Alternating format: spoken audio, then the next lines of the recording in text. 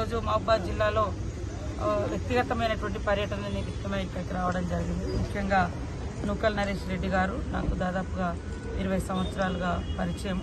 ప్రతి సందర్భంలో ఆడబిడ్డల హక్కున చేర్చుకునే వ్యక్తి. గత 2 నెలల క్రితం అంటే వరదలు వచ్చినప్పుడు అప్పుడే లాస్ట్ సారి నేను వారిని కలవడం జరిగింది. వారి మరణం మమ్మల్ని తీవ్రంగా కలిచివేసింది. ఇలా మరణిస్తారని మేము ఊహించలేదు. వారి కుటుంబానికి మరి పరమార్థ చేసి వారి కుటుంబానికి ధైర్యాన్ని ఇవ్వడం కోసం ఇక్కడికి రావడం జరిగింది.